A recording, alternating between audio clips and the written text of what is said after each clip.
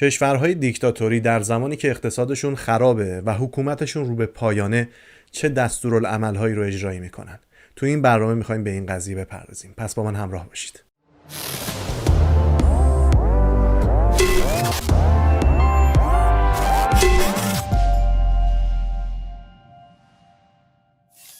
یکی از کارهایی که در زمان اقتصاد خراب کشورهای دیکتاتوری انجام میدن ایجاد مؤسسات مالی با درصد سودهای بالا هستش. مردم رو تشویق میکنن تا پول بگذارن با سودهای 20%، 30%، سودهایی که حتی منطق نداره با اقتصاد اون زمان اون کشور و شرایط اون کشور. از خود پول مردم به مردم سود میدن و این باعث میشه که تبلیغی گسترده شکل بگیره تا مردمان دیگه هم بیان تو اون مؤسسات مالی به طمع سود بیشتر سرمایه گذاری کنن و بعد از مدتی میبینیم که اون مؤسسات مالی اعلام ورشکستگی و تعطیلی میکنن. با پول مردم در خارج از کشور سرمایه گذاری میکنن، ملک میخرن، زمین میخرن، برج میسازن و بعد از سالها، بعد از اینکه مردم اعتراض میکنن، تو خیابونها تجمع میکنن، جلوی مجلس میرن، پلاکارد دستشون میگیرن، اعلام میکنن که ما میخوایم پول شما رو برگردونیم، اونم نه با سودش، بلکه سود رو از پولی که به شما دادیم کم میکنیم و اصل پول خودتون رو بهتون برمیگردونیم. مثلا اگر من 100 میلیون تومان توی این مؤسسات مالی سرمایه گذاشتم، 10 میلیون تومان از پول خودم رو به خودم سود دادن، بعد از 5 سال که این پول دیگه هیچ پشیزی ارزش نداره، میان و 90 میلیون باقی پول من رو حتی ممکنه به شکل اقساط برگردونن. شما هم خب بالاخره راضیید دیگه، میگید باز بهتر از هیچیه. پول شما رو بهتون برمیگردونن در صورتی که با پول شما سالها در کشورهای دیگه سرمایه گذاری کردن و سودهای کلانی کردن. یکی دیگه از کارهایی که کشورهای دیکتاتوری در زمان اقتصاد خرابشون انجام میدن ایجاد خبرهای منفی و فیک هستش برای اینکه بتونن قیمت ارز رو بالا ببرن. در واقع میان قیمت ارز یا همون دلار و یورو رو تو بازار بالا میبرن، مردم صف میکشن برای خریدن دلار و یورو، تومن میدن که دلار و یورو بگیرن. سرمایه هاشون رو از تو بالشتاشون، از تو خونه هاشون، از تو گاف صندوق و اتاق خواباشون در میارن، وارد بازار میکنن و دولت هم خب پول نداره پول کارکنان خودش رو بده، پول نداره ایدی بده و معمولا هم آخر سالها این اتفاق میفته. این دلارها رو به قیمت بالا میفروشه توی بازار، همینطور هر روز 1000 تومان، 500 تومان این دلار و یورو قیمتش افزایشی میشه و مردم میگن که اوه الان ما دیگه سرمایه‌مون داره به چخ میره، پس بریم توی بازار و خرید کنیم. میان پولاشون رو میذارن، دلارها رو میگیرن و بعد که همه دلارها رو فروخت، دیگه دید که کسی نیست که دلار بخره، 4 تا خبر خوب فیک میزنه به این امید که آقا داریم توافق میکنیم، داریم اتفاقات خوب رو رقم میزنیم، جلسات مهم برگزار کردیم که قیمت در واقع دلار و ارز پایین بیاد و دوباره همون دلارها رو از مردم با قیمت پایینتر میخره. اینطوری هم صندوق ذخیره ارزی خودش رو حفظ کرده و هم صندوق تومانی یا ریالی خودش رو پر کرده و میتونه حقوق کارمندان و کارکنان خودش رو پرداخت بکنه، اون هم چی؟ با قیمت ریال. اخبار فیک رو میان به سمت یه چیز الکی میبرن. آقا پیروز کشته شد.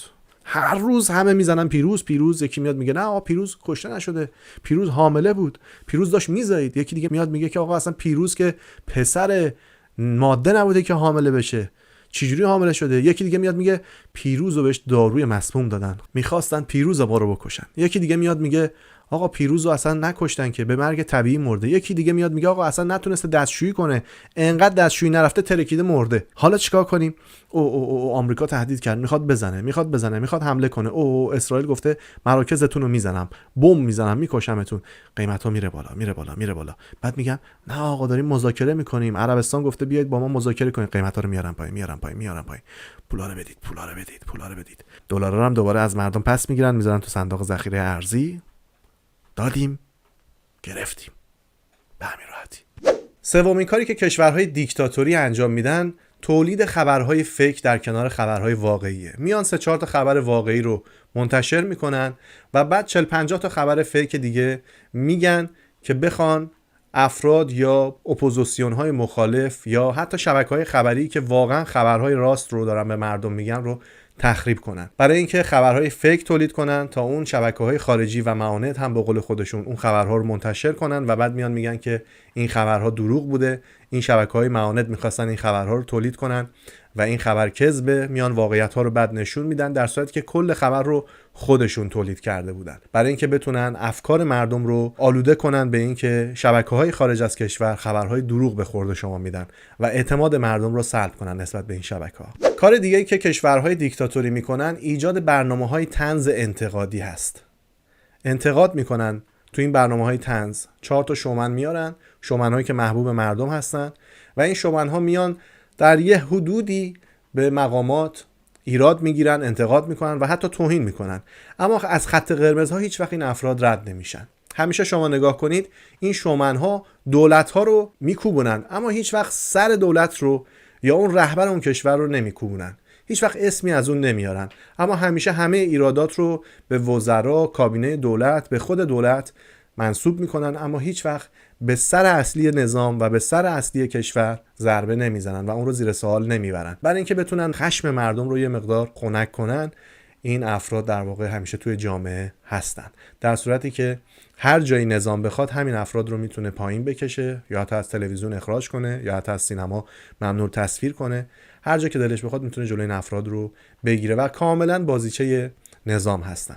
افراد مخالف رو با وعده و وعید، با مقام، با پول، با سرمایه میخرن. هر کسی به دید کشورهای دیکتاتوری قیمتی داره. حالا یکی ممکنه 100 میلیون تومان خریداری بشه، یکی ممکنه 10 میلیارد تومان خریداری بشه، یکی ممکنه 100 میلیارد بعد بهش پول بدی تا بتونی بخریش. تمام تلاش خودشون رو میکنن با وعده و وعید، با مقام دادن، با زمین و ملک دادن، با پول دادن این افراد رو همراه کنن با دیکتاتوری خودشون. اگر نتونن اونها رو ساکت میکنن، زندانی میکنن، شکنجه میکنن و در نهایت میکشن. براشون مهم نیست که چه بر سر منابع ملی میاد. براشون مهم نیستش که آلودگی هوا چی میشه، آلودگی پارازیت چی میشه، آلودگی آب، آلودگی محیط زیست چی میشه. اصلا براشون مهم نیست که 4 تا دریاچه هم خشک بشه و این ریزگردها به خورد مردم بره. هرچی مردم گرفتارتر، مریضتر و درمانده‌تر باشن، این حکومت‌ها بیشتر میتونن دوام بیارن و حکومت کنن. تو مدارس تلاش میکنن تا بچه‌ها رو از کودکی آموزش بدن به اون سبکی که خودشون دوست دارن و تلاششون این هستش که همه چیز رو خوب نشون بدن. از نقاط ضعف فاصله میگیرن و نقاط قوت کشور رو به بچه‌ها یادآوری میکنن و همیشه تلاش میکنن تا بچه‌ها رو بچه‌های طرفدار نظام در بیارن. در زمانی که کشور رو به سقوط میرسه و نزدیک به سقوط میشه، شروع میکنن خبرگزاری‌های مختلف ایجاد کردن، خبرهای مختلف ایجاد کردن. یه دفعه می‌بینیم روزنامه‌های جدید، شبکه‌های جدید، کانال‌های تلگرامی یا اینستاگرامی جدید سرباز میکنن و اخبار مختلف رو به خورد مردم میدن. تعداد این خبرها انقدر زیاده که مردم نتونن تصمیم گیری درست بکنن. طرف تا میاد به خودش بجنبه، یک خبر دیگه، یک چیز ناراحت کننده دیگه، یک چیز ناامید کننده دیگه رو به مردم میگن تا مردم رو مستاصل کنن، تا مردم نتونن از جاشون تکون بخورن، تا مردم نتونن درست فکر کنن. موج خبرها و موج تکذیب‌ها اونقدر زیاده که مردم نمیدونن چی درسته، چی واقعیه، به چه چیزی اعتماد کنن و به چه چیزی اعتماد نداشته باشن. و این میتونه مردم رو مستاصل کنه که آقا بالاخره کی داره درست میگه، کی داره دروغ میگه، ما به کی اعتماد کنیم. و همین قضیه باعث نفاق و تفرقه توی جامعه میشه. از قدیم هم گفتن تفرقه بنداز و پادشاهی کن. زمانی که مردم به خیابونها میریزن و تظاهرات میکنن و شعار میدن، تا زمانی که شعارها مختص به دولت باشه کار خاصی ندارن. حتی ممکن از خودشون هم افرادی در بین این شعار دهنده ها باشه. هر چند وقت یه بار برای اینکه بتونن سوپاپ اطمینان نظام رو حفظ کنن، تظاهرات‌های فیک را میندازن. یه دفعه فراخوان‌های دروغی میدن تا ببینن کیا میان تو این فراخوان‌ها، تا بتونن اونها رو دستگیر، زندانی، حتی اعدام و شکنجه کنن. معمولاً اکثر فراخوان‌های خود نظامه که داده میشه برای اینکه بتونه مردم رو کنترل کنه، ببینه که کی توی این افراد آدم شجاعه، کی بیشتر داره فعالیت میکنه تا اینها رو دستگیر کنه. همیشه توی فراخوان‌ها مواظب باشید. فراخوانی که جا و مکان و زمان دقیقی رو بیان میکنه فراخوان‌های نظامی هستن. فراخوان‌هایی هستن که از خود اون نظام در واقع منتشر شدن و فراخوان‌های دروغ هستن. اگر فراخوانی به نقطه خاصی اشاره داره میکنه، فلان ساعت، فلان خیابون، فلان میدون، بدونید که این فراخوان‌هایی هستش که در واقع خود نظام منتشر میکنه برای اینکه بتونه افراد شجاع رو شناسایی کنه و اونها رو دستگیر کنه. شما میبینید دیگه هر کسی که شجاع بود الان یا تو زندانه یا کشته شده یا اصلا از سرنوشتش هیچ گونه اطلاعاتی در دست نیست. اپوزیسیون های مخالف خودشون رو سعی میکنن بخرن با وعده و وعید، با پول، با نفوذ افراد خودی تو اون اپوزیسیون ها. اگر نتونستن در نهایت تهدید و ارعاب و در نهایت هم ترور اون افراد. اگر بتونن میخرنشون، اگر نتونن میکشنشون. کشورهای خارجی وقتی میبینن که مردم توی خیابونها ریختن، میان پشت مردم وای میستن. وقتی مردم خسته میشن و میرن تو خونه هاشون، میرن پشت اون نظام دیکتاتور وای میستن و تلاش میکنن، سیگنال میفرستن آقا بیایید مذاکره کنیم، زندانی آزاد کنیم، بهتون پول میدیم، آفر میدیم. به خاطر اینکه میبینن که مردم دیگه خسته شدن و رفتن توی خونه هاشون و این حکومت همچنان روی پای خودش وایساده و پا برجاست. پس بنابراین بیایم و به مذاکرات خودمون ادامه بدیم. اما زمانی که مردم توی خیابون‌ها حضور دارن و به تظاهرات خودشون ادامه میدن، این حکومت‌ها هم میترسن و هم کشورهای خارجی پشتشون رو خالی میکنن و میرن پشت مردم، چون هر لحظه منتظرن که اینها سقوط کنن و وقتی سقوط نمیکنن دوباره میان به سمت حکومت، آفر میدن، سیگنال خوب میدن و حکومت‌ها هم همینطورن. حکومت‌های دیکتاتوری وقتی که به پایان نزدیک میشن، وقتی که دارن سقوط میکنن، به کشورهای مختلف آفر میدن آقا بیا دریای خلیج فارس مال تو، برو ماهیگیری کن. آقا تو بیا شمال مال تو، 20 سال فرودگاه فلان برای تو بیا فلان کارو بکن. آقا بیا به تو نفت میدم، مثلا برو 5 سال دیگه قسطشو بده. تو بیا برای من فلان کارو انجام بده، 10 سال بهت آفر میدم نفت و گاز من رو مجانی ببر. اینجوری کشورهای مختلف رو میخرن برای اینکه بتونن همچنان سرپا بمونن. نیروهای نظامی خودشون رو تقویت میکنن، حقوقهای بالا بهشون میدن، پاداش میدن، برای اینکه بتونن نیروهای نظامی و سرکوبگر رو کنار خودشون نگه دارن. کسی که ناامید میشه، کسی که یه ذره وجدان درد میگیره از اینکه 4 نفر رو زده، از اینکه 4 نفر رو کشته، به اینها آفر میدن، به اینها یه دفعه خونه میدن، ماشین میدن، وامای بلاعوض میدن، یا اینکه طرف رو از کار برکنار میکنن. اگر هم نتونن و ببینن این هم داره به دشمن تبدیل میشه، گروه‌های دیگر رو میفرستن برای اینکه این افراد رو بکشن و بعد همین کشتار رو به گردن مردم عادی میندازن. 4 تا جوون دیگر هم میگیرن و بعد اعدام میکنن در ملأ عام، حتی که بتونن دیگران رو و مردم عادی دیگر رو که تو خیابون‌ها هستن و اعتراض میکنن رو بترسونن تا اونها برن خونه هاشون که دیگه این اعتراضات رو ادامه ندن. یکی دیگه از کلک‌هایی که دیکتاتورها میزنن همین مورد هست، کشتن نیروهای خودی به دست نیروهای دیگه. حتی بمبگذاری در جاهای عمومی کشور به اسم منافقین، به اسم مخالفین، میبینید که بمبگذاری میکنن، یه سری رو میکشن برای اینکه به مردم القا کنن که اگر ما نباشیم کشور امنیت نداره، اگر ما نباشیم این کشور تجزیه میشه، اگر ما نباشیم شماها همه بدبخت میشید. برای اینکه بتونن اتحاد مردم رو به سمت خودشون جذب کنن، حتی این کارها رو هم میکنن. موقعی که نمیتونن پولاشون از کشورهای خارجی بگیرن، افراد رو میدزدن. توی کشور آقا توریست داره میره شهر رو میخواد ببینه، به اسم جاسوس میگیرنش، سالها میندازنش زندان، یا اصلا یه دفعه میبینی یه مدت اصلا از طرف خبری نیست، بعد میفهمی که آقا در دست نیروهای امنیتی دیکتاتور اون کشوره و بعد میگن آقا 500 میلیون دلار به ما بدید، این فرد رو آزاد میکنیم و بهتون تحویل میدیم. در فضای مجازی شروع میکنن به تخریب کردن همدیگه. یه سریا میان طرفداری یک عده‌ای رو میکنن، یه سریای دیگه میان میکوبنشون. یه سریا میگن اوه درود بر فلانی، یه سری دیگه میاد میگه مرگ بر فلانی، ما هر چی کشیدیم از این بوده، از خاندان این بوده، این پدر ما رو در آورده. یه سری دیگه میگن جانم فدای فلانی، ما جونمون رو واسه فلانی میدیم. و من و تو میبینیم که آقا بالاخره کی خوبه، این خوبه یا اون خوبه. و این کار کیه؟ کار سایبری های نظام دیکتاتوره. برای من سواله که باید با همچین حکومت دیکتاتوری چه کار کرد؟ چطوری میشه این حکومت دیکتاتوری رو سرنگون کرد؟ مدت هاست که به موضوع فکر کردم و به این نتیجه رسیدم که باید مردم یک نفر رو انتخاب کنن و همه پشت یک نفر وایسن به عنوان رهبر اپوزیسیون، برای اینکه وقتی به نتیجه خاص خودشون رسیدن بتونن انتخابات آزاد برگزار کنن و در نهایت بتونن انتخاب کنن که چه کسی، چه دولتی، چه نوع در واقع حکومتی روی کار بیاد. تا زمانی که مردم تفرقه بینشون هست و اتحاد ایجاد نشده، نمیتونن حکومت‌های دیکتاتور رو کله پا کنن. دومین مورد وجود سرمایه‌های خارجی هست. تا زمانی که تحریم ها جسته گریخته ادامه داره، یه بار تحریم میکنن، یه ذره پول میدن، دوباره تحریم میکنن، دوباره یه جای دیگه پول میدن. تا زمانی که این مسائل وجود داره، حکومت های دیکتاتوری از بین نخواهند رفت. کشورهای غربی باید تمام تحریم هاشون رو هماهنگ، منسجم و کامل انجام بدن و هیچ گونه پولی به دست این کشورهای دیکتاتوری نذارن که برسه. این یکی دیگه از روش‌هاییه که میتونه ضربه فنی کنه کشورهای دیکتاتور رو.